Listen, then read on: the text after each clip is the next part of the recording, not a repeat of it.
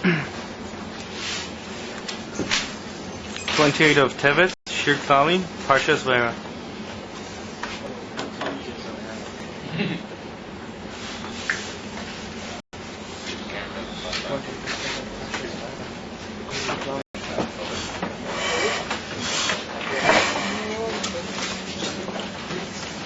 Alright, so we're turning in Parsha Voeroh to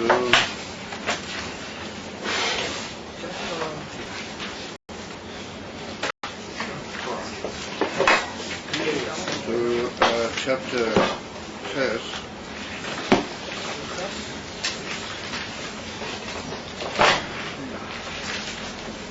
Pasuk 6. Oh, I'm sorry, chapter 10. Chapter 10, Pasuk 6. Oh, by the way, did you get the thing?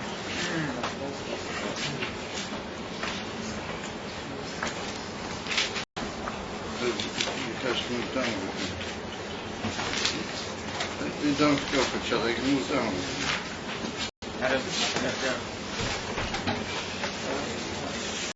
ויאמר השם אל מוישה ואל אהרון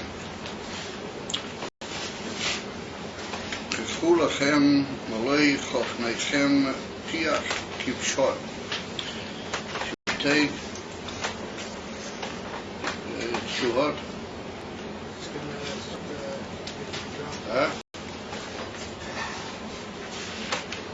Maybe he's right. Maybe get tshuvot. You should take the how do you call it, fistfuls. But Malay Chofnaim is to hold something in the inner palm of the hand and close the hand around it. I suppose you would call it a fistful. You must take Malay Chofnaichem, well, that's mashma that each one of you should fill up your fists with Piach Kivshon. Now, Piach Kivshon is the dust, or rather the ashes, which are left over after even the coals are burnt. So when the coals are burnt, they sort of, when they're still burning slightly, they're covered with a sort of a dust, or we call it an ash. And after it's all finished burning, then it's a very light type of ash. And that's called Piach Kivshon. In other words, a kivshon is a fire furnace where they used to dry out bricks. One in Islam, Voeroh was thrown into the kivshon. V'zorkoi Moshe hashomayma le'einei Pharaoh, and Moshe should throw it into the heavens, or at the heavens, in the eyesight of Pharaoh, before Pharaoh, that he should see it. Voeroh li'ovok, and it should become a dust. Now, dust is a slightly different entity than piach. Well, we have to say that the kavanah of the verse is that this ash will turn into a dust al kol eretz Mitzrayim, on the whole of the land of Egypt. Voeroh al ha'adam v'al ha'behemot. It should be both on the humans and the animal species. Lishchin poireach ababuis. So for boils, which have in them flowering, how do you call it? It's like what's the name of it? Pus. Flowering bubbles of pus in the boils. Not very pleasant thing. B'chol Eretz Mitzrayim, in the whole of Eretz Mitzrayim. V'yichu es piach akivshon. They did what the Avisha said. V'yamdu lifnei Pharaoh. And they stood in front of Pharaoh. V'yizrei v'yisei Moshe, or only Moshe threw it. In other words, both he and Aaron filled up their fists with it, but the throwing was done only by Moshe. V'yihi shchin ababuis poireach Here we notice the word poirer is after the Abba boys. But anyway, Shchin Abba boys poirer bo'odom uva bahimor. And so we can say, since we're talking about it papuyo in who it actually occurred, Lamaisa, so we say that it grows and poirer means it's like it blooms and all these pus bubbles and they all bloom inside it. So it was blooming inside the autumn and the behemoth. Voeroh yochlu al chatumim, and the sorcerers or magicians or whatever they were, the magic makers of Paroi, lamid lifnei Moshe, they couldn't stand in front of him because it's very painful and unpleasant. Secondly, it's a busha. It's the sort of thing, if a guy's got it over his body, then he tries to hide himself from people. They weren't able to stand in front of Moshe. Ki hoya ashchin b'chatumim ubechol Mitzrayim. The shchin was both in the magicians and the sorcerers, but they were very leading people around Pari at this period, because he relied on them very much, as we see in over the history of the Machis up to here. Vayechazek Hashem es leiv Pari, that the Eibishter strengthened the heart of Pari, v'lo shoma aleihem, and he didn't listen to them. Ka'asher diber Hashem el Moshe, as it was already been promised in the divine foretelling to Moshe, that he wouldn't listen. So here we see that this is the sixth of all the Machis. There have been 5 Machis up till now. This is the 6th. And here we notice a couple of very important changes in the way the Machis are described here compared to the earlier ones. And we'll soon see in Rashi that we'll get a couple of leads as to how we can see what is very special about this. It comes along Rashi, and he says, Moloi chof neichem, and he tells us what that is in Laz.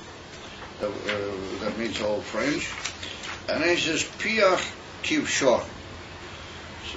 Dover ha-nofach, or nofeach mina gecholim amumim, anishrofim bekivshon.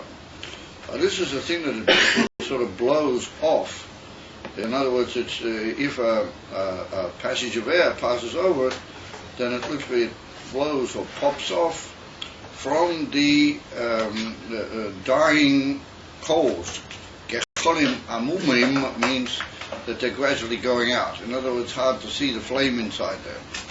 But the Alter Rebbe brings that interesting right at the beginning of Shara Yichud V'Amunah in Tanya, although he brings it a slightly different way, the Alter Rebbe, and he brings it in the feminine, Gecholim Amumim.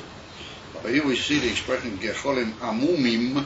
What that means that they're dying out. The flame inside them is dying out. Why? Because they've been burnt inside the oven. So when they reach that point, then there's a sort of any wind or anything that moves across them will blow off this fine ash, this fine dust. I don't know if you've ever seen coals, but they have a sort of fine whitish grey type of dust over them. So that's what we call piach hakivshon. That blows off. So Rashi says piach loshen hafocho.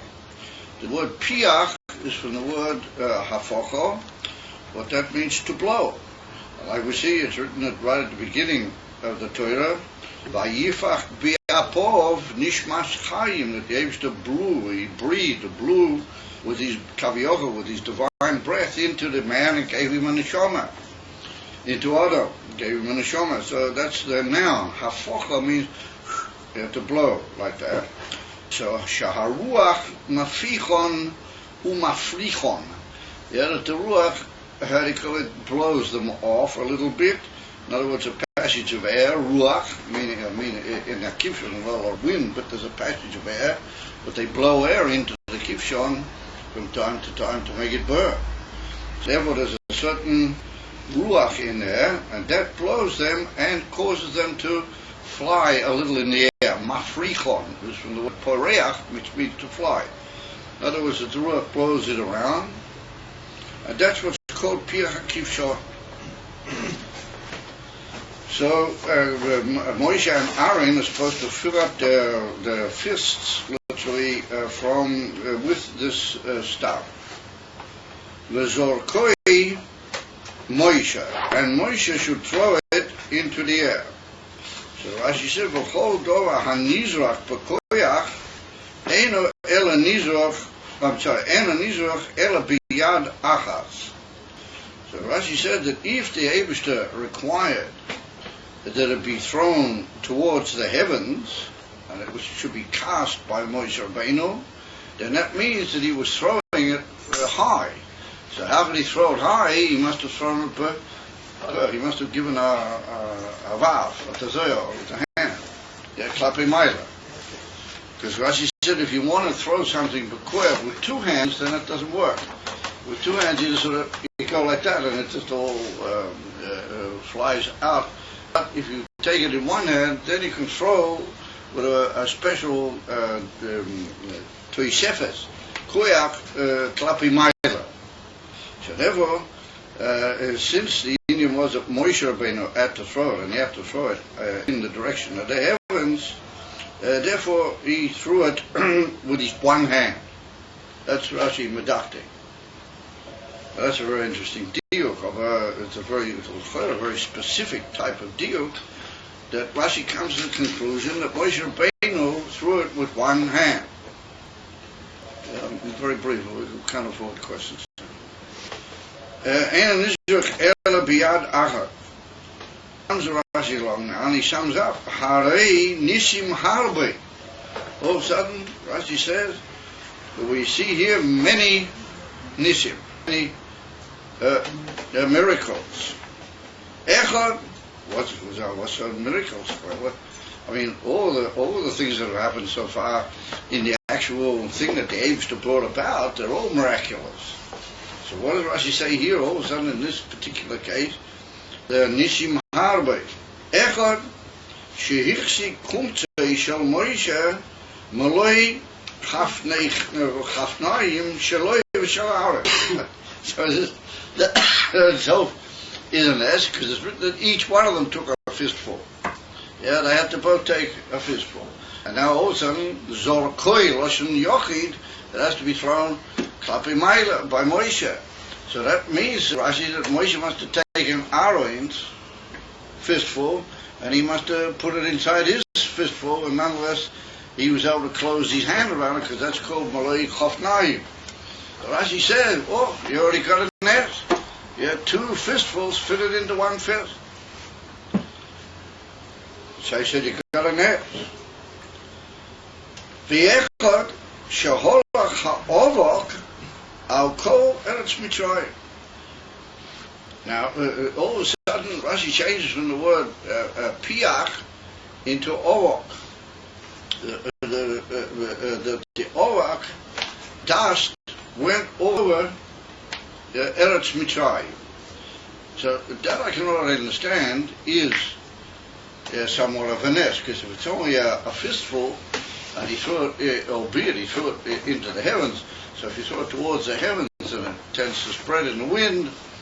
But the fact that it went all over Eretz Mitzrayim, yes, says Rashi, that's a net. So in that gufa we need to understand what was the net. Was it that the wind carried such a small amount all over Eretz Mitzrayim? Well, that would be the fact that it went, all around the place with the wind is not unusual. But what we could say is that such a small amount, which is only a fistful, managed to reach Kol Eretz Mitzrayim. It went all over and spread in every place in Eretz Mitzrayim. So we see that Rashi, without even commenting about it, he changes from Piyach HaKivshon into Ovok, into Das. So therefore we could suggest by way of simple svara, why is it the Torah changes from dust into Piyach HaKivshon, from Piyach HaKivshon into dust? So maybe we could say, and Rashi doesn't even mention any reason why, he just understands that Jews seem to be comfortable with that. He just says that they're doing with the kivshon in the hand, but when they threw it into the air, then it was ovach and it went all over the plate. So we could say that that we could say two possible ideas about that. That this pir hakivshon, being as it is a slightly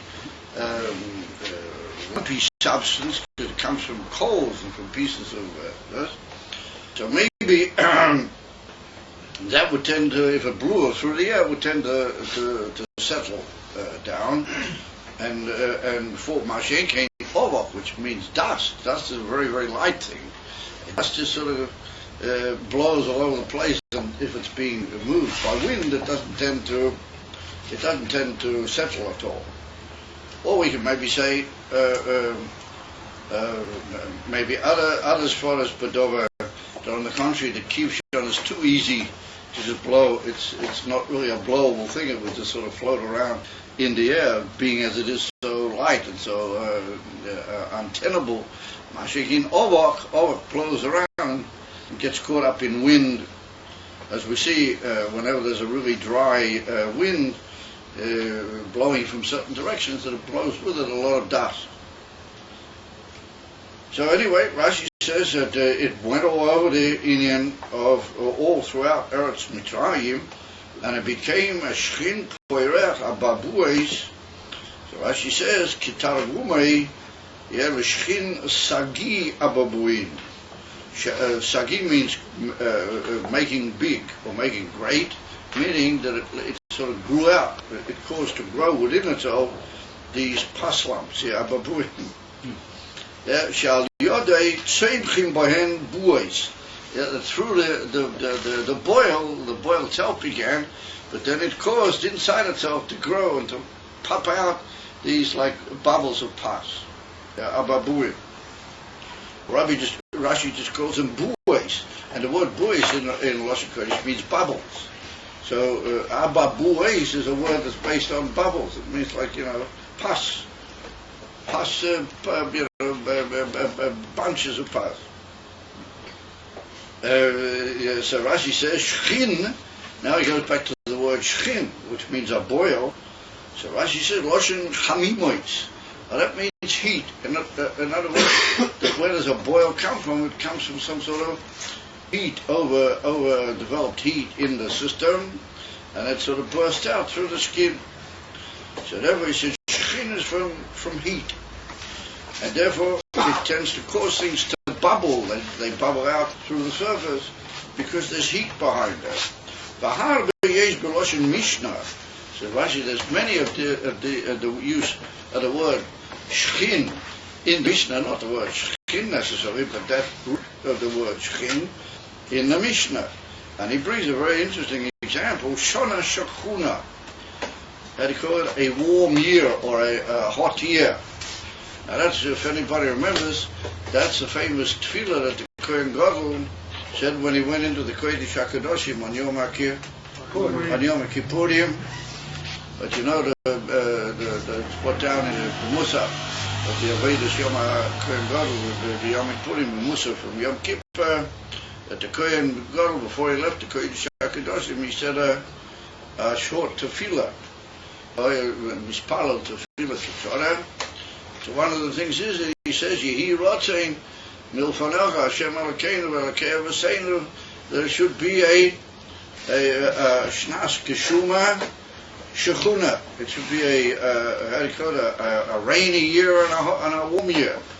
So, in fact, the Gemara, before the Gemara goes any further with what was the prayer that he said, the Gemara says that Shechuna Maili Shehi means hot. It should be a hot year.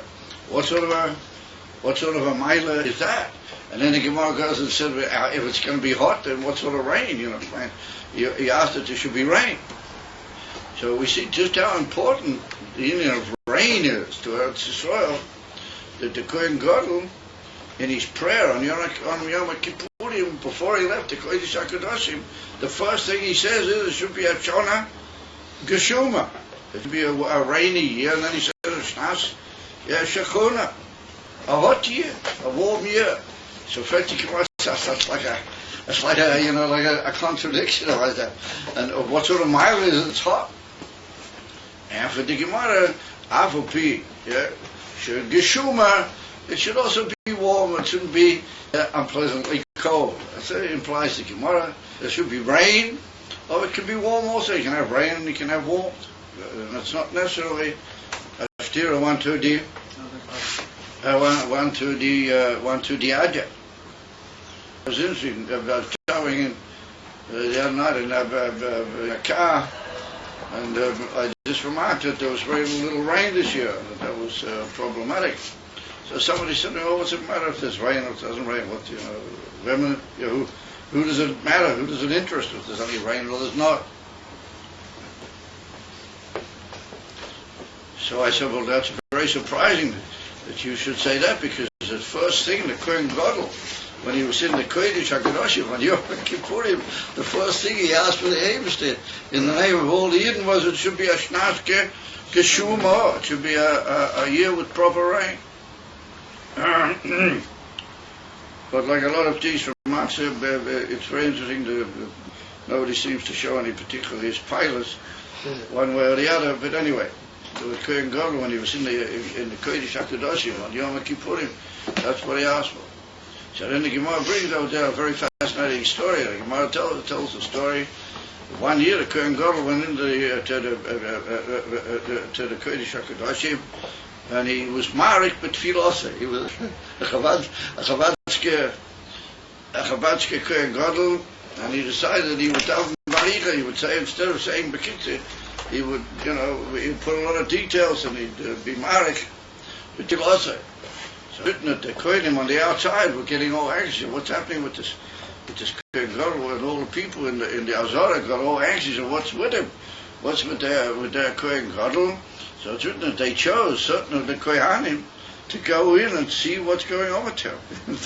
You're not supposed to go in there, Yom Kippur, unless you're the Kohen Gadol of Shnei, I don't know how many it was, Shleisa, Echov HaKoyanim. They took on themselves to go in and see what's happening with him. And with him, I'm sorry. So they said, "What are you doing? You must come out." And he said, "Well, what do you want from him? I'm being married in my tefillah for you guys."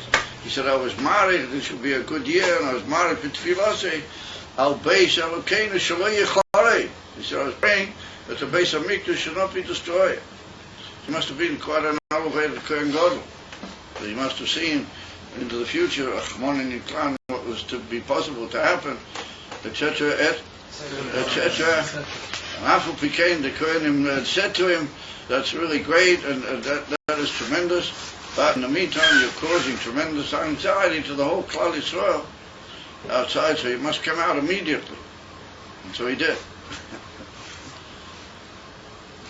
Anyway, well, we see from that the really special Kohanim Gedolim,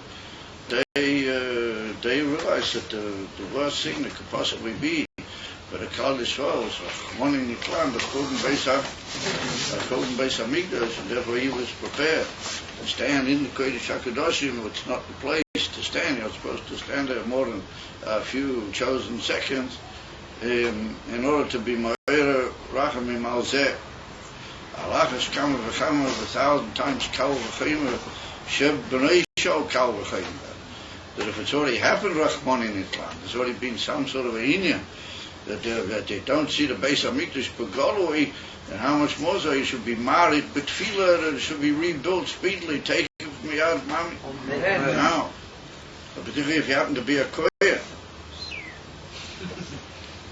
and particularly if you happen to be a Kohen Gadol. Anyway, so Rashi brings that that's the union of Shechuna, means that it's hot. A hot year. So it's a sign you can have a hot year, a warm year, but you can have a lot of rain at the same time. But Adam with a behema, now this is very interesting, Rashi. So Rashi says, maybe in the man, but in the behemoths, v'im tema ma'ayin hoyu lehem behemoths. Where did they have any animals? Because the previous mafia that we had, that was where the Abster killed off all of their flocks. They were in the fields and everything. The Abster destroyed all their animals, all their herds, and all their flocks and everything. So therefore Rashi said, where did they have behemoths? So it says Rashi, a Chiddush, Shenema v'hali kvar nema v'yom eskol Mitzrayim, all the flocks and the herds have already died off. Ela loy nigzer gezeira ela al oisen shebesodish bilvad. That the gezeira, they should all pass, that should all die off, all the behemoths. That was only those who were in the fields. Yeah. Shenema, here's a funny one. Yeah. B'miknecho asher basodeh. In your flocks which are in the field. V'hayorei es dvar Hashem, and those who feared the word of the Eibishter, heinis es miknehu el abatim, that he drove his animals into the houses. Says Rashi, v'chein shoninu b'mechilta. Now the mechilta is a medrash. It's a brisa. That's why Rashi calls it shoninu. The brisa on Sefer Shmois, which is miyuchas to Rabbi Shmuel. Kein shanin b'mechilta eichu vayikach sheish me'eis rechev bachur. That later on, when the Mitzrayim chased after the Yidden and they met up with them at the Yam Suf, it's written they took all these chariots. Well, every chariot had animals that used to have horses and animals to draw it. So the question is, over there in the Mechilta, where did they have? Yeah, where did they have animals to draw their chariots? Well, you can see that everybody's perfectly indifferent about the whole thing, but where did they have? Because a very fascinating unit comes out of this whole thing. What is the answer? Rashi said, Kain Shanin. Why does Rashi have to send you to the Mechilta? Rashi doesn't have to tell me everything he learned from the Mechilta. He could have just said, it's written in the Pasuk, Yoreh es dvar Hashem, took his into the houses. So this time, with the boils, then everything was hit, even the animals which are in the houses, they also were hit by the shchim and finished. It's written in a pasuk that the Yoreh es dvar Hashem took his animals into the houses. Why does Rashi have to say v'chein shoninu b'mechilta? In other words, it's mashma that they must have had some sort of a refer of these behemoths, because they all got all the ones that were in the houses. They got the boils. And all said, oh no, where did he take from? He took from those that were in the houses, and they pulled his chariot. So Okavei says behemoths that they got boils that they be pulling chariots, but it's not so simple. Because it's mashma. In a Pirkei de Rabbi Eliezer, which is another medrash, it's mashma that these boils never got healed. Once the Mitzrayim were hit with these boils, they had them, and they couldn't get rid of them. Yeah. So if we're going to say that the behemoths also got it, then how come they used those behemoths for their chariots? So maybe that's why it was Takash Pachamaisis, as they say. The behemoths, the chariots, they didn't pull very well. They got down into the water and they didn't get back up again when they got to Mars. Maybe that's a reason why, as they say in Yiddish, it's a given Pachamaisis. But anyway, whatever. Why does Rashi put that in? Why does he bring this business with the Mechilta? Because later on, Rashi's going to bring this again in Pasha B'Shalach, where the whole thing happens with the 600 chariots that chase after. Rashi asked over there, where did they have the behemoths? The same question, exactly the same question. Where did they have the behemoths? And Rashi says, the Yoreh es dvar Hashem, the Mitzrayim that they were worried about what the Eibishter said, they took the behemoths into the houses, yeah, and therefore they were the ones now that were using that for the chariots. So Rashi says, from that you learn, Melamed Chos, says Rashi, he brings it from the Mechilta. Sha'atoiv shebamitzrim Petzeitz es moichoi. Very amazing, hotline Rashi. But Rashi says that a good mitri, a kosher mitri, he should blow his brains out. They say that. That's what Rashi said. Petzeitz es moichoi. Say just to, how do you call it? Ignore him or look elsewhere, That's his Rashi. And that's the same Mechilta. It's that same Mechilta that Rashi brings over there. So Rashi just hinting at it because he didn't get really to the place yet. That's not mamish where it occurs. But maybe we could say Rashi's even giving you a hint because he brings you the pasuk Hayorei es Dvar Hashem. In other words, that these Mitzrim were called Yorei Dvar Hashem. They were fearing for the Eibishter's for the Eibishter's word. They were Yorei es Dvar Hashem. So if they were Yorei es Dvar Hashem, then that makes them good. So Rashi said, oh, no, it doesn't. They were just a little more clever than the others. The others say, oh, this Moshe Aaron business, they couldn't be bothered, so they just left their behemoths in the field. Somebody he was really worried about his Matthias, these animals. He said, wait a minute, maybe we should take our animals into there. Take our animals, because why? Because they're saying this in the name of their Eibishter. Hayorei es Dvar Hashem. In other words, a Mitri, if he fears he fears the word of the Eibishter, but again, L'Matziusei. And there he puts it inside his house. Oh, but there'll be a good gishmak, a chance to get another go at Eden, and this time with chariots and the Chais Mitzvah. All of a sudden he's not a Yorei es Dvar Hashem anymore. Why?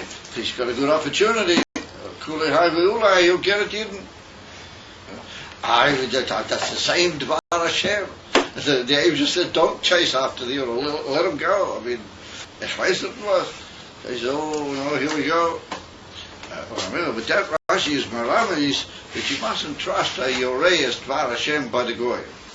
Somebody by the Goyim will tell you that he's a Yorei es Dvar Hashem, and you got to watch it. And it's maybe even better that you blow his brains out from the beginning. Very fascinating business. That was a bit. But that's one of the toughest Rashis that I've seen in Purim. Anyway, however, we happen to see that Rashi hints at that here. He's got that. Rashi v'chein shonina b'mechilta. But if you look carefully in the simple pshat at the pasuk, he didn't need to bring it. Rashi didn't need to say that. He could have just said, how they have behemoths because they're Yorei es Dvar Hashem. And he would have a sufficient teretz. Why does he have to say v'chein shonina b'mechilta? Anyway, whatever. Then the next thing that occurs immediately after that is in Pasuk Yud Gimel, Vayem Hashem el Moshe Hashkeim b'boiker v'yisyatzeiv lifnei Pharaoh. Get up early in the morning and stand in front of Pharaoh. Maybe that's a reference to what Rashi said earlier in the parasha, that Pharaoh used to go morning early. I mean, it's really comical, but what can we say? They used to go out early in the morning to the river in order to look after certain basic Ashmistic requirements of a human being. Because he didn't want people to see during the day because he was supposed to be a Getchker. Anyway, whatever. So therefore Rashi said, Rashi brought earlier that you have to get up early in the morning, and that's a good time to catch him when he's going out to the river. The Voeroh Mitchell used to drink from that river. I think this was what that is. But anyway, suffice it to say that Rashi says you get up in the morning and intercept Pharaoh. And you should say to him, Koy Omar Hashem Elkei Ho'ivrim Shalachas Ami Vayavduni. Must send my people, the whole purpose of which is that they should serve me. Ki befam hazois ani shoyleches kol magefoisai el libcho. I'm going to send all of my literally what do you call what's the word? Got the word in English. Plague. Eh? Plague, yeah, but more than a plague, something that spreads around. What's it called? Epidemic. Epidemic.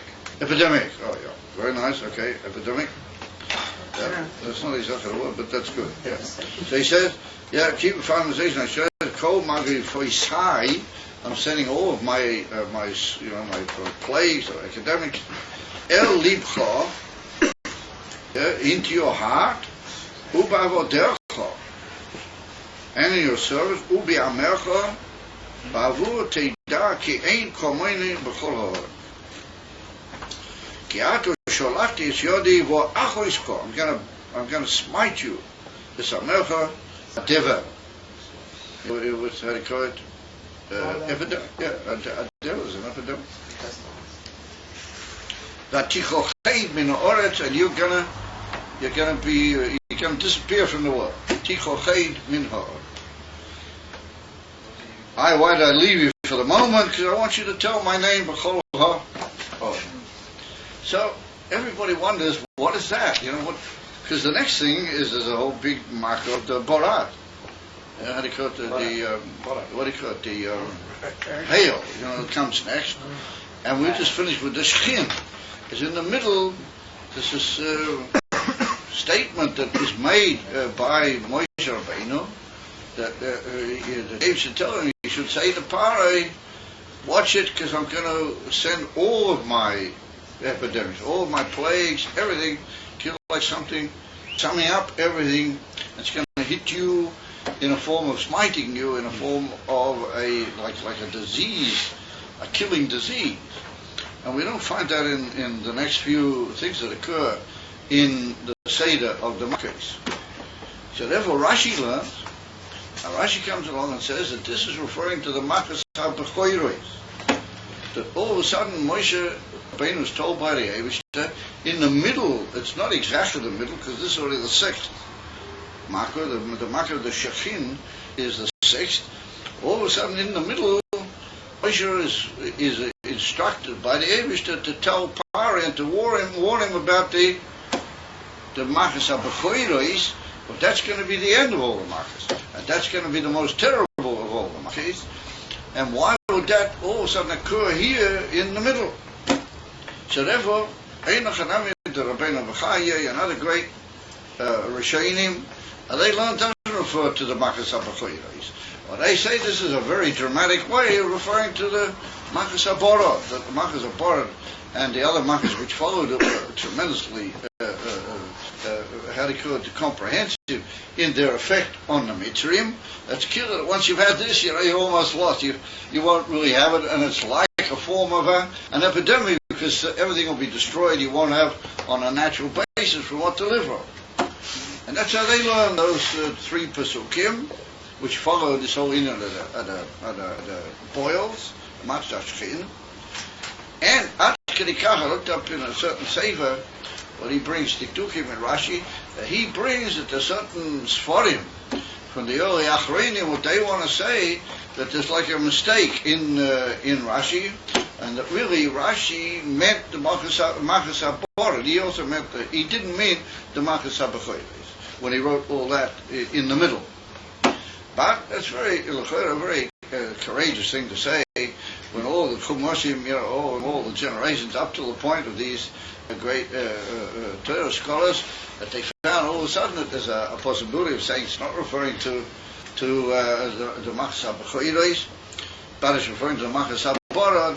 I mean, everybody learned, all the generations, that Rashi all of a sudden learns here that passage is referring to the ultimate of all the Makkos, but that's the Makkos HaBechoros.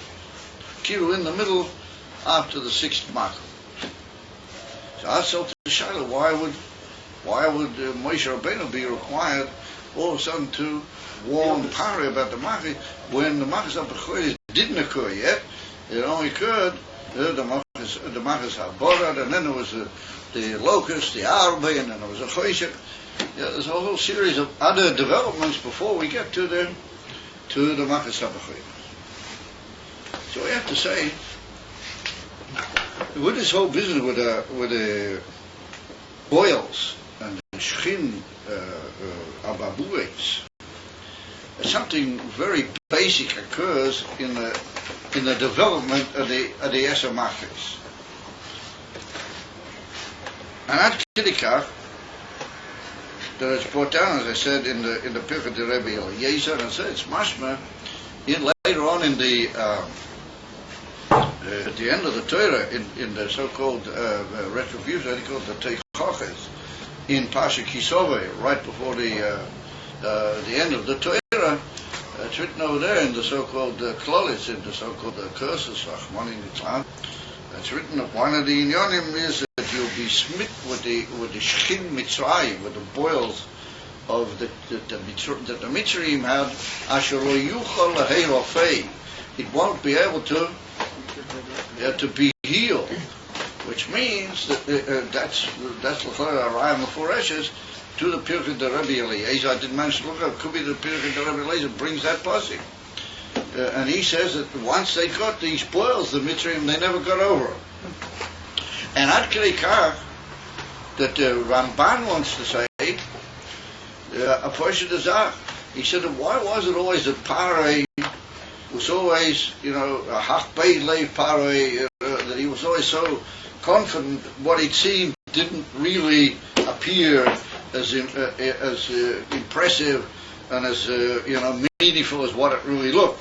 And he kept going back and saying, I'm not really going to pay any attention, etc., etc. How come? So the Ramban says a very interesting thing, that if you're surrounded by all these guys, that they go with you. He was surrounded by all these Khartoumim. So the Khartoumim weren't all that tremendously efficient, because we're soon going to see in a minute that there was one of the Inyanim, what they said, look, we just can't manage that. That's beyond our abilities. But nonetheless, they were like Parei's big, political backing. They were in this new situation, which had come into the whole lives of Mitzrayim, and they were the ones that gave him court. They kept saying, this is, this sorcery, it's this, it's that.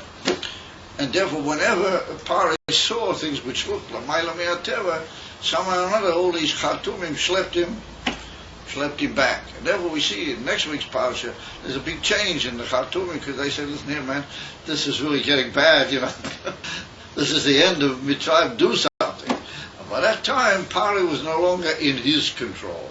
He was no longer in their control, and he was no longer in his control. And that's where it all begins. From here, it's in this Makor and further that we see it occurs in Russian, that the Eibishter strengthens the heart of Parei. Up to now, it's been saying the whole time that Parei strengthened his own heart. It's not mentioned the word that the Eibishter strengthened his heart. Here, it begins the expression by Yachazek Hashem Esleiv Parei.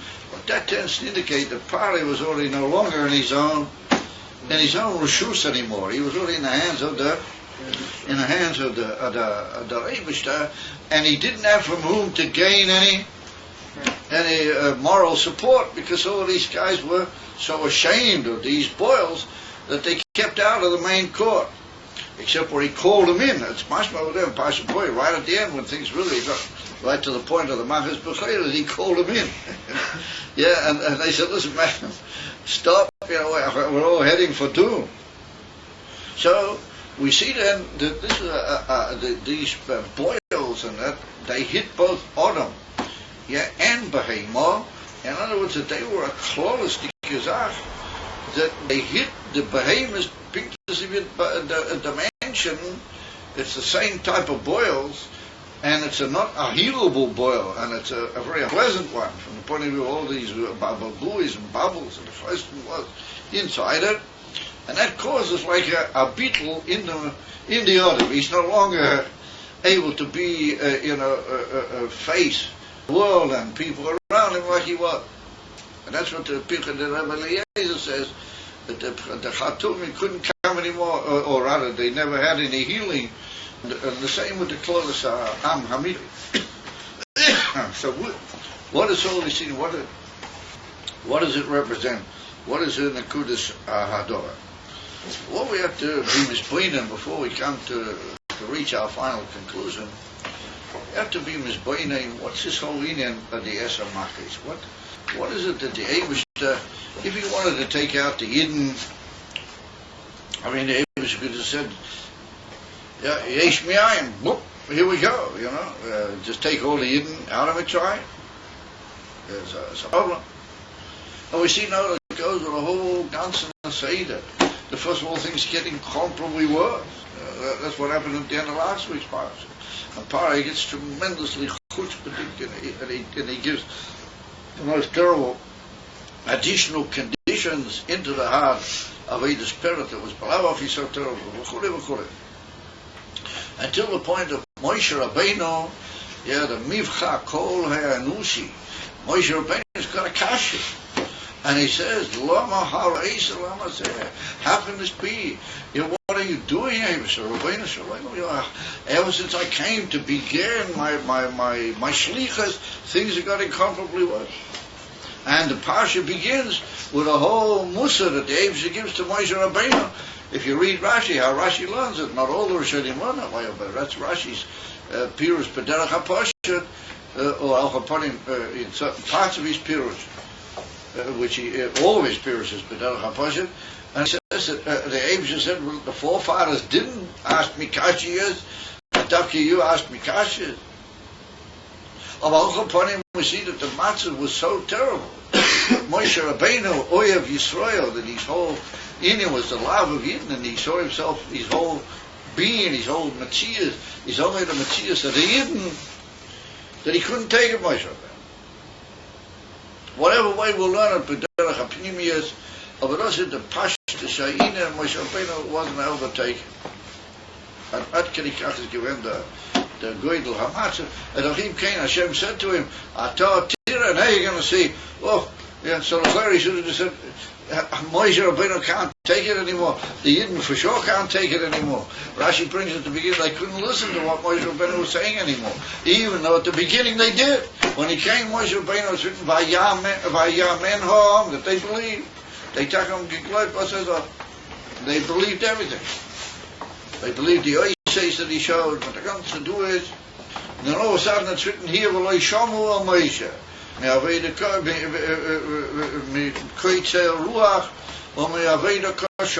That's written in this week's part, right at the beginning. After the Ganze Biur. They weren't able to, they couldn't listen anymore. It was just, in my minute of mind, it's in Asamin Matthias, that it's Oyim Mamish Mikol, Oifanim Mikol Bechinoi. So take the Yidden out, whoop, they'll take him out and they're not Ishmael. Was it because I mean, so say that with all these Asamachis, was it this? From in India.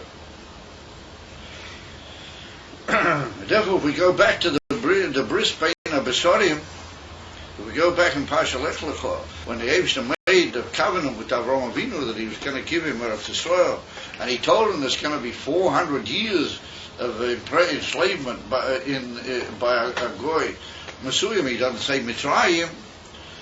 And there's a famous Indian, why didn't it take 400 years in Mitzrayim? So the Eibusha had Rachmanis, and he left them there only 210 over the original. So she makes a whole cheshbon, if you reckon from Yitzchak Avinu is going away, etc., and it's 410 years. We ain't counting him. Around again in the ganze Arichas. Over there, suffice it to say that the Eibusha says, over there, when he made the covenant with Avraham Avinu, he says that goy that they will enslave my people, don onoichi, I will judge them literally. I'll put them in judgment. Ve'achachach yetzu b'rechush kodem, and afterwards they'll go out with a tremendous richness, tremendous ownership and rechush. But that's what we see even in this week's passage. Moshe Rabbeinu reminds you that when you go out, don't forget to get everything you can out of the mitzvah.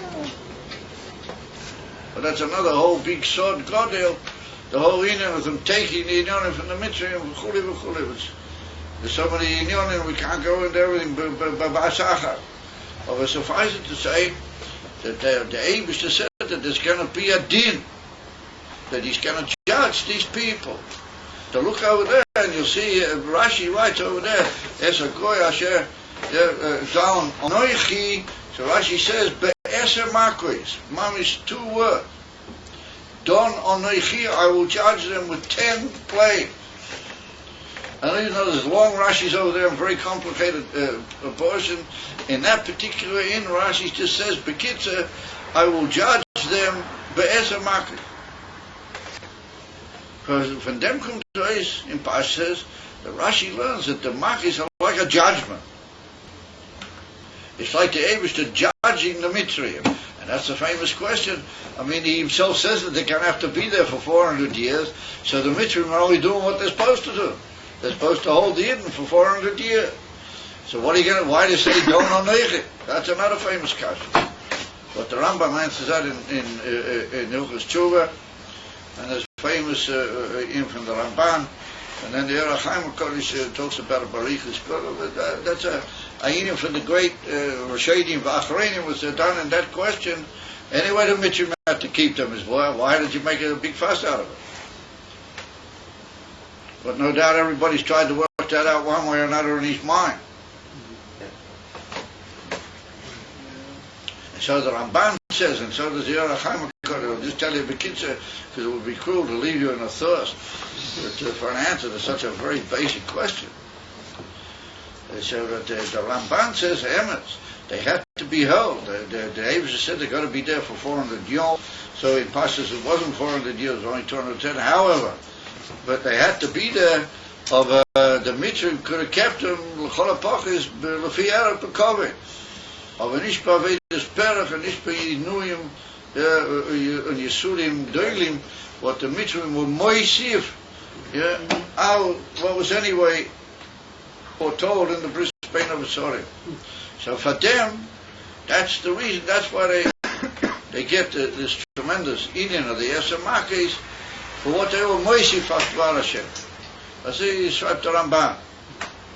Da kommt again the Voeroh Kodesh, and he says, very hard to imagine that this whole inyan of the Eser Makis with the Gantzarich, with the whole inyan, with all the inyanim, and that the Mitzvah copped. I mean, they copped it really bad, because they copped these Eser Makis, and then they copped it by Kriyas Yamsuf. And in the Haggadah Shel Pesach, we say that Rabbi Eliezer, Rabbi Akiva said they copped 250 Makis or something by Kriyas Yamsuf. How many more times? So what they got in Mitzrayim, what they're going to do is, you remember they were copying, they were copying the whole time to Mitzrayim. All that too, just because they were moisiv. As is what the Voeroh Kodesh. And if what the Voeroh Kodesh says a basic yesod, but it's not really again to the Etzem Shur, but it's important you should know it. The Voeroh Kodesh says that the reason is that why the Mitzrayim did what they did. He said that was because of the Yidden. He says, in other words, that because Yidden are Yidden, that's why the Mitzvah did. And he said that's a cloud gadol. Wherever there's Yidden, the Goyim can't take the Yidden. And he said, why can't they take it? Because they see that a Yid has got more Kedusha, and he has more mitzvahs, and he's another type of Metzias than what a Goy is. And deep inside, they resent that. They kind of, this is for them. Whatever what they do against Yidden is they do against the Eibishter. They really do it because the Eibishter, they see the Eibishter in a Yid. And what they were doing was they were shlongs of Metelakus. So the Eibishter said, oh, you're shlongs of Metmir? Oh, I know how to give you back. And it doesn't matter what the Voeroh Kodesh. So I mean, the Voeroh Kodesh, every word he says is Kodesh for Neura Ki Yadua. There's in one of his forums, he writes in the introduction to one of his forums, the Voeroh Kodesh. He says, you must be very careful not to disagree with things that I say. He says, everything I said is... As I said, everything he said, I write as Kodesh because everything I do in this world is only L'Shem Shamayim. So ever since my childhood, I've never done anything which is not L'Shem Shamayim, as they said. So he said, be very careful, walk away to anybody who disagrees with me. So, as they said. So I don't want to disagree with the Voeroh Kodesh. So then we get ourselves into difficult situations. However, what we can say is that was at that particular time. Yeah, that was the Voeroh Kodesh, Zman and Hahu of Zmanim Haim Zenachon. Of in the latter stages of the Golas, and this is the message of the Rebbe, as Melech HaMashiach, that Davki bismaneinu zeh, and Davki in the Ichvis of the Mashiach, and Davki in the times Yoter Kori to the Shleimus of the whole world. And Davki when Yidden keep Torah and mitzvahs, and they show that Ein Lachanami, their Elokus, their whole union is the difference between them and a Goy is only because of Elokim Chaim, that he gave the mitzvahs, or then the Goyim on the contrary, then they become Batel, because as the generations have gone through, then the Aviyah Ho'ilam has changed. And the world, the air of the world is altered so that even Goyim are able to appreciate. And there's a famous mimer from the Rebbe Melech Moshiach that's been brought about through the generations by the Yigiyah B'Torah, the Yidden of Harav in Torah despite the God. That's altered the whole Aviyah of the world. The world has changed. And therefore even Goyim are more sensitive to a divine word, and they cut the idea, and even to this day, we see that right now, they're even Goyim as they shrive in Minyanim, which are Vayaya to the Gula Klema. And they're even Magia, Mabia to me Hossam. Why aren't the Yidden talking out more Begolo? And they other of it, their demand of the Yidden. Why don't you say more the pastors of Begolo, what we expect you should say? We're saying kind of Laharik Bazeh, even though Yesh Laharik Bazeh. Yesh Laharik Bazeh Harbeit. That's what we could say, that's the development which is occurring nowadays. B'sof Korakol. Erachaim HaKodesh meant how it was. Begolos Harishin and Betchilas in Agoras, Azeh Deskive, Exelo, yeah, whatever. We see that the Abish punishes the Mitzrayim, or he judges the Mitzrayim, even though it was necessary that they keep the Yidden in their land. It had to be, or nonetheless, Don Onechi, Be'eser Machis, says Rashi. But from that comes out that the word Dan, B'derech means I'm going to judge you, so there's always a certain trace of punishment in that idea. There's a certain inyan of what you might call retribution, or inyanim of that nature, paying back. Not as often inyanim in the word don. However, the word don onechi doesn't necessarily, particularly it's written don onechi, that the aim is to be etzer. Yeah, the same onechi of Matan Torah, he says don onechi. And from them, that the word don sometimes means to call out other inyanim, not just judgment and retribution. Their judgment in order to bring a punishment. But sometimes the inyan from Don, like it's written in the brachos of Moshe Rabbeinu, right at the end of the Torah, and it's implied in the brachos of Yaakov, that when he talks about Don, what is one of the tribes called Don, where he written that Don, that David shall be Yodin Etzameh, that he'll judge his people. Rashi brings over there, not in bad ways, nor that the Abishter will literally call out him through his judgment. He'll expect, and he'll see of them big things and better things. Baruch upon him, in Yonim, l'tzad ha'toiv, or l'tzad improvement, as you might say, l'tzad ha'torah. And that's included in the concept of dawn. We can say then, and therefore we find in some of the great Rishonim, in these two parashas, different opinions as to what the machis were about. And some say that the machis were punishment. The punishment of the Mitzrayim. And Rashi also says in one or two places, you look carefully in Rashi, you'll see it, that he brings L'shoinais, which imply that there was a certain punishment here of the Mitzrayim. And the Machas HaBechoros, Rashi, the Pasuk here calls it Magei Isai. And a Magei is a very heavy word, meaning like a plague, that's something negative and frightening. There's a zikra, a form of punishment. It comes along the Sapona, the Rabbeinu Avadia Sapona, when he was a Rishon, from the latter Rishonim albeit, and he says, most of the Makkahs were in order to wake up Parah, to try and bring him to a Shel Tshuva, that the Eivusha doesn't want just to destroy peoples, he wants them to give them a chance that they should improve themselves. And therefore, most of the Machis were to arouse in Parah and the Mitzrayim and all the people who were connected with them a betterment of themselves, and to make what you call a basic cheshbon and nefesh. Why are these things happening to me? What on earth is? And l'chora, the connection is not all that terribly hard made. Here they are, they got this huge people in their midst, and look what you're doing to them. And they're obviously a very special people, and they've got a very special message. Have to work out what's going on with this. Except for the Machas HaBechoros, says the Symphona, the Machas HaBechoros was Einach Hanami. That's where they were all put to death by the Eibishter. Well, upon the firstborn, we have to say that was a punishment. It's hard to say, but that was what he calling the Tachua. And he says the union of Kriyas Yamsu, even though it's not one of the Esamakis, but the Kriyas Yamsu was like a perfection of that was a punishment, like a finishing off with the whole Klippas Mitzrayim and with the whole Parei V'Kol, what he represents. And this is up to Sapona. Remember, the Machis like a call to the Mitzri to do tshuva, and particularly Parei as their leader.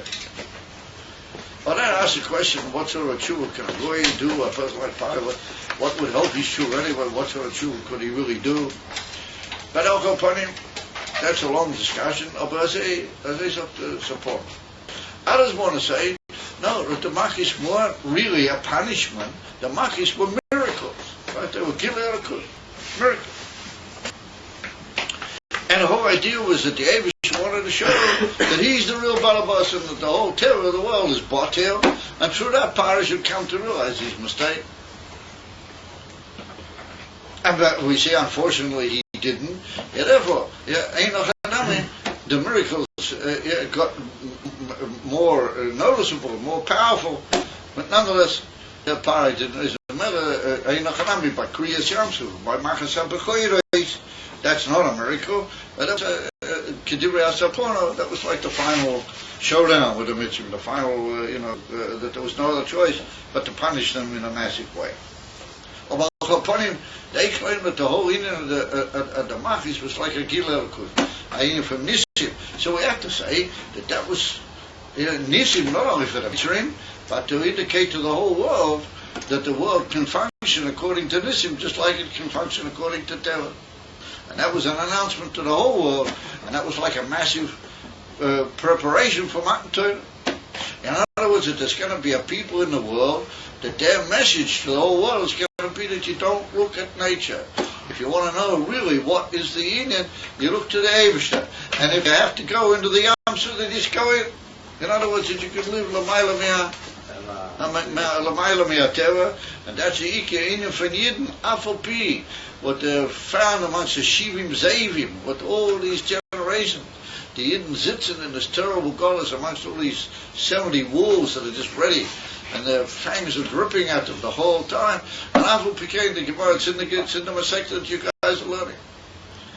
In Masechta Beta, the Gemara brings that Afal became, he Mishtamer, that she's guarded and she's looked after by the Eibishter, and not only that, she continues bringing the message of Elikus to the whole world.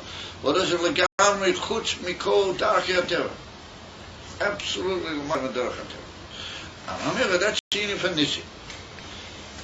However, according to Rashi, if we look carefully, we don't find an open definitional statement on the part of Rashi.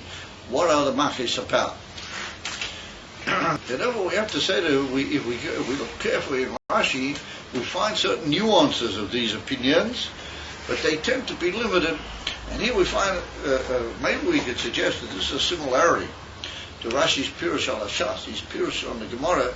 It's well known that Rashi limits himself only to the Sugya where you are now. And only on very rare occasions does Rashi in any way refer to another Sugya, and if he does, that sometimes he does it that he heard from somebody else. He occasionally mentions that he heard of Shatri, and then he might mention another Sugya. About 99% of the Makimis of Rashi ala Gemara, the Rashi takes b'shem atzmai, and he deals with the Inyonim K'moshe Haim b'sugyahu. Elo b'teises we find exactly another shit altogether, if not a shit hafucha. What teises also asks from another Gemara, from another Gemara, from another Gemara, from another Gemara.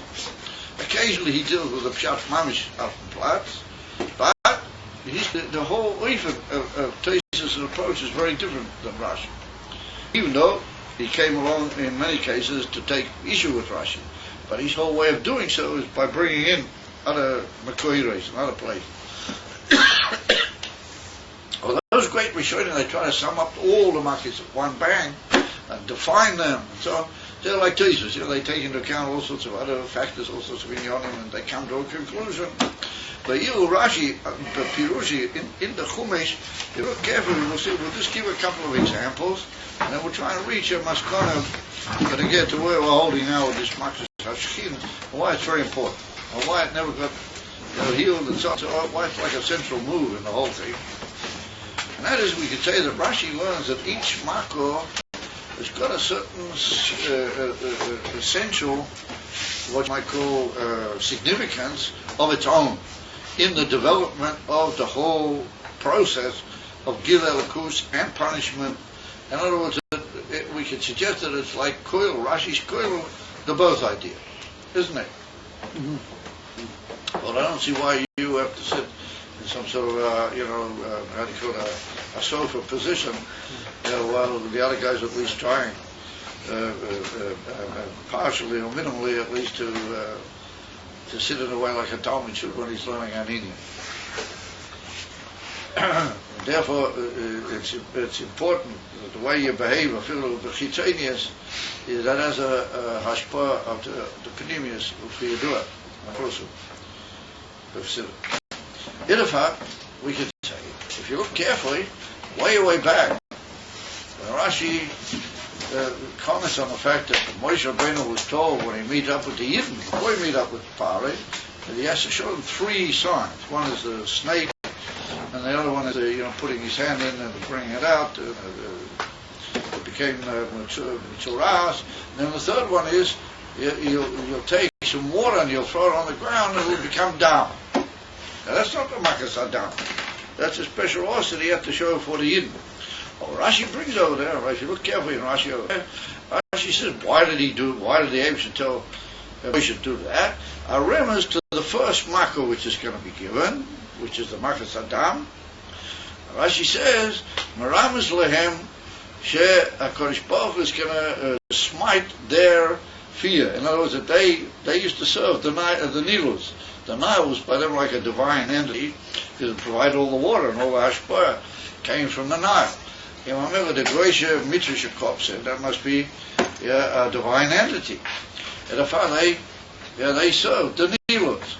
And therefore, if you look carefully way over there in Pasha Shmois, you'll see Rashi says, that's the Makkahs Adam was a remnant to the Mitzrayim, that you see the first blow that you're getting is that you're what you consider is how do you call it, a getchke is completely in my hands, absolutely in my hands, and well, it's not water, it's down. And the famous sikha that every Melech Mashiach, dam is a Levitic thing. Dam is what makes you alive, and Levitic is the passage of your dam. That's one on the famous Rambam, what the Rambam writes in one of his famous writings, not in the but in the Hakdama to the Pirush HaMishnayos, to the Pirush HaMishnayos in the Shmoyne Prochim, as he calls it, the Rambam. He writes over there that if you have certain things that they go off from your gallbladder because of mora. He said sometimes you've got dark or blackish mora, then your mora, what he calls morish chlera. That became very famous. That's an expression in Yiddish, morish chlera. Morish chlera means black bile. That means somebody who's a little bit, he sees everything but negatively, and he's all the time, That's called morish chlera. Anyway, so suffice it to say, that's all very important on what's flowing in your veins. That's the Eden of the dam. Oh no, man. Rashi already hinted, and he already told us way back before they started with the Makkahs Adam. What was the dam about? Adam was the first blow at the Mitzrayim, a blow at their whole idea of what was their divinity. So with the Tzfadim, with the frogs, which is the next one, it's a very amazing thing. It's brought down in the Zohar Kodesh and other places that frogs are very special creatures. The race of them. And it's written that the word Tzfardeya, which means a frog, is 2 words, Tzafar Deya, that it announces, or how do you call it, like it makes an out like blows a shiva almost. Yeah, Deo, and Deo means knowledge. Deo means proper knowledge. That a frog is like a very special being that announces proper knowledge into the world. Yeah, and therefore a frog is an amphibian, isn't he? He's able to be in water, but he's also able to be on the dry ground. And I remember once I was in Tfas, I was walking towards a shul in the afternoon to go to Mincha, and I was down a little bit outside the main city of Tfas. Also, I heard this funny noise, like a voice almost. I couldn't figure, what was going on. And here's this huge frog, just a few meters away from where I was walking, big. I was looking at it, sort of, and all of a sudden I watched it for a while. I was so it sprang away and disappeared inside a valley or something. So they're very interesting creatures, frogs. So our Kodesh and other places make the frogs into tremendously high, beings, or very special beings, and it's brought down the Gemara Masechet Psochim learns, a Kal V'Chema. We have to learn a Kal V'Chema from the frogs, because the frogs went into ovens. So the Gemara says over there that an oven is burning hot, and a frog likes cold. He's a water type amphibian. He's damp, He doesn't like heat. For a frog to go inside how do you call it, a oven, and that is Mesilas Nefesh on the part of a frog. And this is up to Gemara. Therefore, the Gemara says that Hananiah, Mishael, Azariah, those three great Yidden, they said to Nebuchadnezzar, throw us into the Kivshon or Aish rather than we should serve Avodah Zarah. It's a Kivshon. It's obviously what we're talking about here. Is throw us into the Kivshon, and that's exactly what he did. And they got out. They helped him to get out. As the Gemara says, they learned a Kal V'Chema from the frogs. They said that if a frog, when he doesn't know anything to do it, and this and that, he was able to go and Mesilas Nefesh into the fire. Yeah, and there's a whole deal in days of it. Days is done, is it an emerson Kal V'Chema? It's almost like a literature thesis. Tasia says, is it an emerson Kal V'Chema? Not really, but it's getting pretty. Yes, it is a Kal V'Chema. But anyway, whatever. Tasia's got a whole thing up, but Tasia's reached a very important conclusion over there on the basis of his whole inquiry. Tasia's reached a very fascinating, but there's a big Indian halacha we can't go into now for the moment. But suffice it to say that the Gemara says that these frogs are a basis of our whole learning, and that we should learn Mesilas Nefesh from frogs, and from the frogs how they were in the plague of the frogs. So therefore, come on, some certain people, and they want to say that what the Eibishter wanted to show the Mitzrayim, they were big scientists and big, they thought they were into everything, and they built all these pyramids and they chesed mitzvahs, So they thought they were big controllers of the world. What the Eibishter wanted to be with the frogs was to show them that you're not in charge of the world, or the world is in charge of you. In other words, that if the Eibishter wants, then the whole simple teva of a being that can't quite speak, but he's a very announcing being, he'll just take over and he'll just rule the whole situation in a way that just makes absolutely no sense, and therefore even Rashi brings that they got inside their tummies and they made these little sounds inside their tummy. So what does Rashi have to tell me such a once again a rather sort of strangely very earthly type of prat? Now that's in the Kudah to show the Mitzrayim that their knowledge of Teva doesn't run the world. No, that's the way to look at the world. And so on, if we look carefully in Rashi, and then the one with the kinom, how do you call it? The dust turned into these little lice. What do you call them? Lice. It got into everybody. If you look carefully, you'll see that Rashi says that this was the lice are so small that the Chatumim can't work with them because they don't have a shear. It all sounds like a literary thing. It's got to have a shear. Also, that there was covered. The whole was I remember I was once by a Fabring. But they put some eggs on the table so that one of the Chassidim said, "Do these eggs have a shear? Do they have the something?" Anyway, so that's about a delicate one. But suffice it to say, these little lies, they don't have enough shear that the sorcery of the sorcerers and the Khatumim should be able to get at it. You know, but they couldn't bring the lies because they can only work with something's got a shear. That's very interesting. Rashi says that what did that show them? Look carefully, you see, Rashi said that showed the Khatumim, and they had to say Etzpo Elokim Hu. They said, "Oh, this is the Avishter. This is not us. This must be him." Because we can't get at this. All of our sorcery and all of our magicianry and everything doesn't hit these little weeny things called the lies. So another step, a step in the beetle of the sorcery of the mitzvah, not their belief in their knowledge of the Torah, but even where they feel they can get hooky spooky, and if they can get in the purpose for Mailam Torah, that only in a very limited way, and they were forced to say, "Oh no, Etzba Elokim."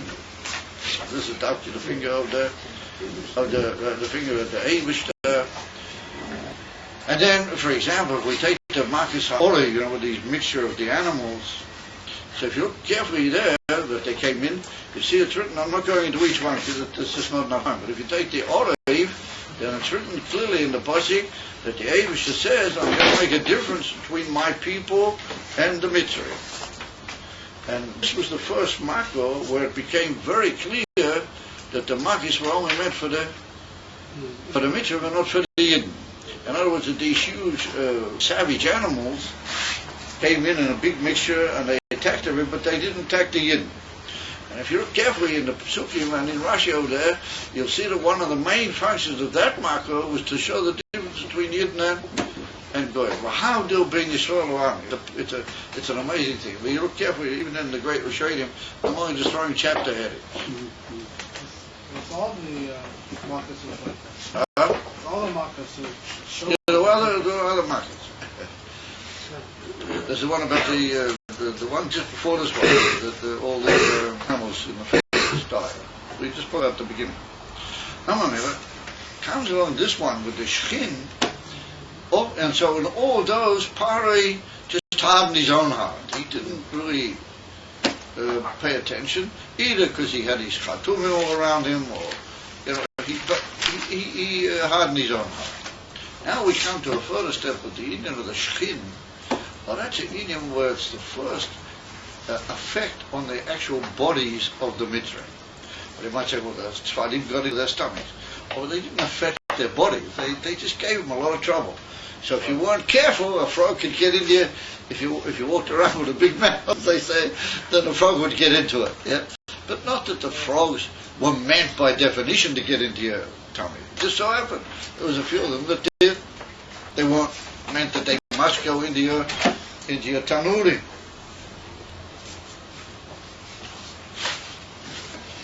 It doesn't mean that they had to go into the tanurium.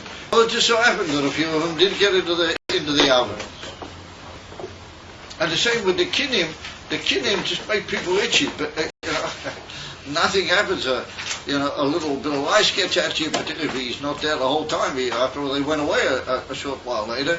So it didn't really affect the goof of the mitzvah.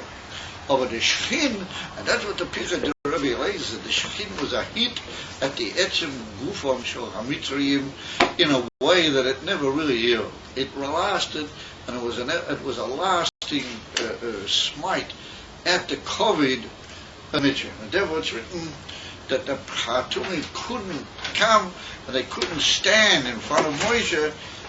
Most of the Rishonim learned that it was because of the busha.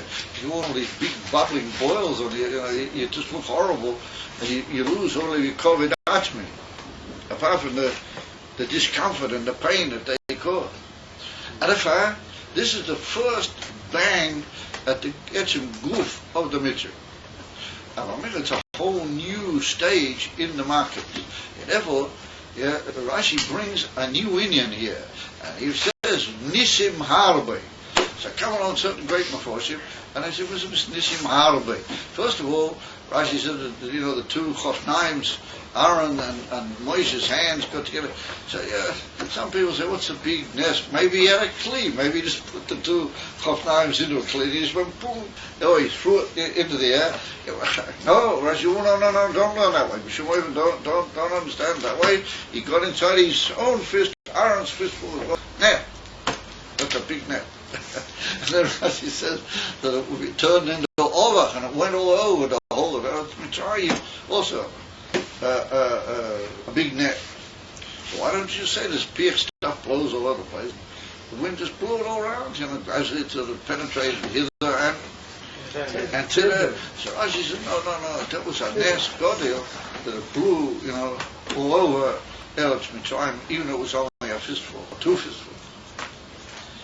So there's an attempt here on the part of Rashi, we don't find, look in all the Makis up till now, Rashi doesn't stress that there was special nisim, even though all the movement that they're chutz midach teva, but he doesn't stress that there's like a inim for nisim. Over here, Rashi not only says nisim, but he writes nisim harbe. Some people say, how much is harbe? some before say, how much is harbe? So according to this Rashi, there's a very interesting definition of what is the word harbe. Two can also be called harbe, because Rashi doesn't mention any more nisim than two. So a lot of people say that it's mashma in many places in Torah. Listen, if you can't control yourself, then you have to go. Okay? No, I'm joking. I'm not going to have that in my classes. All right? Either you control yourselves, or you go. Either one of the two. Some of the great Meforshim say, how many is harbe? And they say that it can't be harbe less than three. And here comes Rashi says the two idionim. It's called Abed. That's like a other issue. Rashi goes out of his way to say that this was Nisim Harbe. There's a lot of Nisim connected here. And immediately after, Vayechas Hashem is slave Paroi. That the Abish that caused Paroi. So here we can say that there's a whole new move now. And according to Rashi, if we learn it like most people learn Rashi, that immediately after that there's a further warning about the Machas HaBechoros. What that for sure is a hit at the Gufim of the Mitzvah.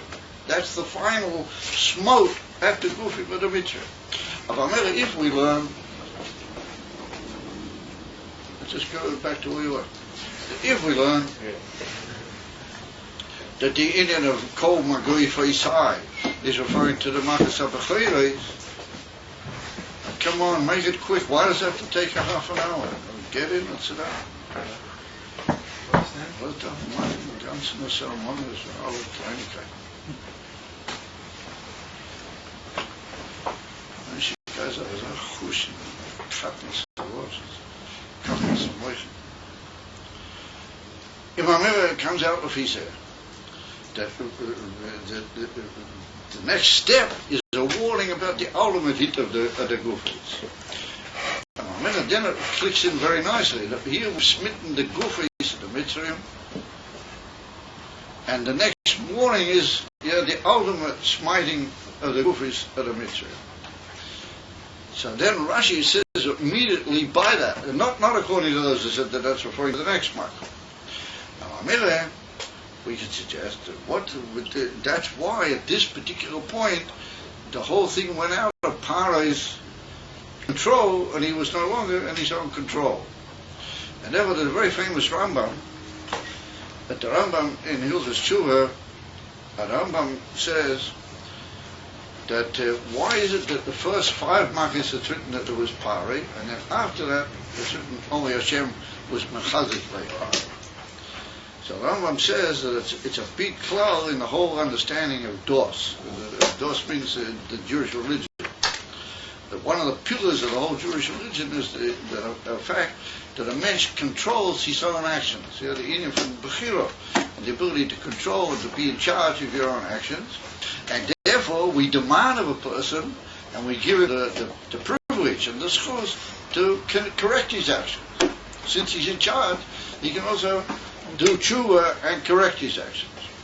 So he said what happened in the case of Pari was that Pari made such a a terrible blunder, that he went so much against the Eibishter, not listening to all the things that have been shown to him, that after the first 5 Makkahs, then the Eibishter took away his Bechira. The Eibishter, and the Rambam says that that's the biggest of all the punishments that could possibly be. That a man has lost his ability, Aleph, to choose, and he's lost his ability through his choice to be mataking his ma'asim, to correct and come back in a way that he'll be able to reach some form of what you might call tshuva and re-establishment of his relationship with his maker. The Rambam says that Pari blew it. And he brings a lot of examples, and he also brings examples from Yidden. But that presents the great question in the Rambam, that Bechira is only by Yidden, and it appears that the Rambam's got a certain equality between the Bechira of a goy like Pari and even the Bechira that is by Yidden. Oh, that's another big discussion which can't really go into at this particular moment. Suffice it to say that the Rambam writes in Hilchos Tshuva in the 6th Perek, that the Rambam writes that the Pari was taken away the ability to choose anymore, and therefore the ability to do tshuva, because the first 5 times he was so deliberately, what do you call it, marshio, he was so deliberately active in an evil way, that after a certain point the Eibishter took away his ability to function. And that's dafki in the Indian of the Machas HaShechim. So you might say, well, if the Eibishter took away his ability to make choice, and the Eibishter took away his ability to correct his acts, then what's the purpose of the other markets? Easy Indian, yes, per market. Haboy. And therefore we have to say, that's why Rashi says here, Nisim Harbe. At this point, it starts off a whole new Indian in the market. Now, if you look in the next market, in the Makas HaBorod, then Rashi not only says there were many Nisim, Rashi said there was Nes B'toichnes. Look, if you look at the Rashi's going to get to the hail, then it's written that there was fire inside the hail. So Rashi said that's a Nes B'toichnes. That fire and water can't, or frozen water, it don't exist together. But if you guys learn the Hecholta, there's a whole beer vinegar in the Kutzes Hecholta. Well, anyway, fire and water don't exist together. Here there is inside the borod. Listen, I don't know. You seem to have some sort of a secret joke mechanism that goes on all the time. Maybe you just control it. Yeah, she was devised. That's part of you as a shliach. That's part of your dogma that you have to show.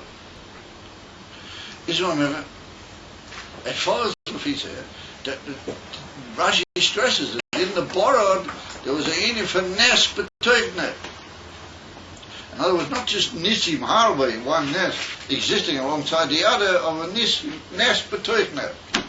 And then at the beginning of next week's parsha, when it comes to the inyan of the Machas HaArbe, the locust, then Rashi says that the man saper b'oznei bincho eish asher isolalti. I made fun of.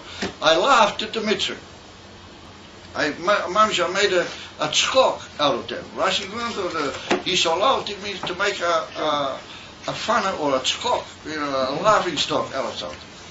And there's an old sikha from the Rebbe over there. The Rebbe's got a ganze view. What did the Amish have to make a laughing stock out of the mitzvah? Easy Indian, yesh bezeh. Elamai, that from our market, the markets are shchin, and for things alter. That every market is like a step in a new direction, and it's a step in Einochanami, according to those shittas that they learned, that it's all in is nishim and gilelikus. To the point even that we make a gelechter from Pari.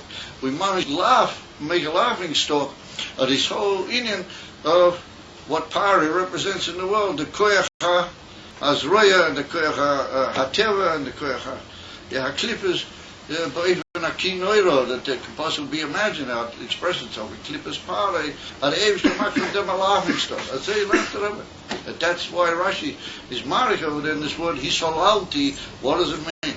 Rashi said it means to laugh at something, to scoff at it, to scorn, to make a laughing stock. Therefore, once we hit the Machas Hashchin, and the Rambam says that that's where Pari lost. Yeah, his Bechira. And that's where he lost his ability to correct his Inyan. And therefore the Rambam says that's why it's written immediately after that I only left you there in order that you should say something. In other words, that Pari chapped himself. And he would chapped himself that why are all these things happening to him, that he's got to join in the how do you call it, in the great voice which is coming out of all these Inyanim. There is a Eibishter that he would have earned from that. On the contrary, that would have put everything in a form of tshuva. That's what the Rambam says. He could have done tshuva. But when the Eibishter felt that he's not going to do it, and it's already a point where we have the right to take away from him that whole Inyan, and then he said, you're not the one that's going to do it, but it's just going to be misparsing through you, the Inyan from Gilel. It's going to be anyway spread through you the knowledge of Elikus and that's what, from there on, we can say that the Machis do become more nisim than they were punishment. In other words, the punishment's already finished. Pari had his chance to learn from the punishment. He didn't. Miya Machazu shel Hashchin v'hala, then the Shchin doesn't get healed. The Shchin remains like one in Islam, as some in Duas, in the boss of those people. And then there's a union of more nisim and more nisim to show how the whole world is completely in the hands of the Eibusha, and to laugh and to scoff at the whole union of the Mitzrim. And then eventually, as like everybody learns, the Machas HaBechoros is called a Magefa. It's like an epidemic, but there has to be a showdown in a way that physically destroys the whole situation. Physically brings to an end the whole union of the clippers of the mitzvah. And that was eventually the union from Kriyas Yam Suf. And the union from Kriyas Yam Suf is also connected with unbelievable nisim. Siddur says that the emes and nisim shalom Ma'ala Me'ateva are connected, and they're nimshim from the nes from Kriyas Yam Suf. So we see that the Kriyas Yam Suf, the two inyanim reached their perfection. On the one hand, there was a complete beetle of the whole Matthias of the Mitzrim, and the other says, Nes, Inyan, which has never been before. The Pari became, instead of himself announcing to the world, the Inyan from completely Lamayla Me'ateva, then his beetle and his, what you call, lost to the whole Inyan of his Matthias. That became the way through which the Inyan of Lamayla Me'ateva was brought about. That's a brief glance at how we can understand all the Machis according to Rashi. In other words, it follows that Rashi learns the value of each Machis from step to step. He doesn't make general statements about it. A certain point, which is the one here that we learned, the Machis of the boils, then there's the Inyan of stressing the Nisim. Now, Rashi goes so much out of his way that other people say, why do you have to say what's happening? As we explained before. In other words, that Rashi goes out of his way to let himself into a pshat which will be madgish, how do you call it? It'll stress the Inyan of Nisim.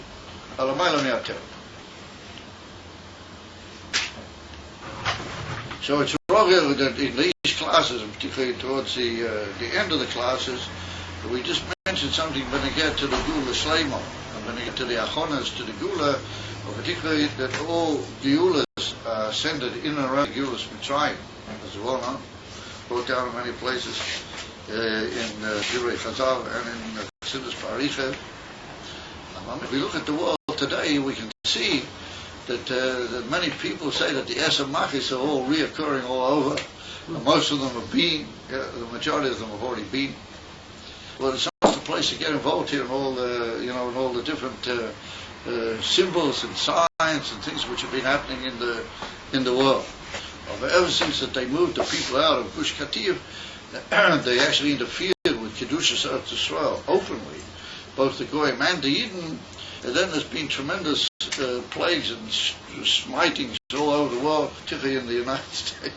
But unfortunately, they got dragged into it one way or another. Even though it's a swara to say that the President and the others of the United States, had they been treated the right way and had they been told the right things, they wouldn't have dragged into it. That's what happened. And here, just Mamish, a few weeks ago, still in this month, where I know this is Erev Rosh Chodesh Shvat, of an Asara B'Teves, there happened a very rare and amazing thing. that one of the greatest tyrants of the Goyim was, he suffered the same fate as Haman suffered. And it appears that there are certain things in that what happened to him which are similar to what happened with Haman. I'm not sufficiently bocky in the whole evening to be able to comment about it directly. But some people who like to follow with great, punctiliousness all the different pratim that happened in these type of inyanim, and they claim that there are certain things which are brought down in a famous thing called the Targum Sheni on the Megillah Esther. There's the normal Targum of Yonasan ben Uziel, and there's another big long Targum, which is very, very long translation into Aramic, and it's called the Targum Sheni. You ever seen it? It's very fascinating. It brings down all sorts of amazing details. The Targum Sheni, he writes over there certain things that happened with Haman when they hang him, and they claim that that's exactly what happened with this guy. Well, very, very similar. But say kind of him to go into the whole thing. Suffice it to say that the majority of those in Yonim were Mefurish and Nevuahs from the Rebbe. The Rebbe was Menabe after the war of the Gulf.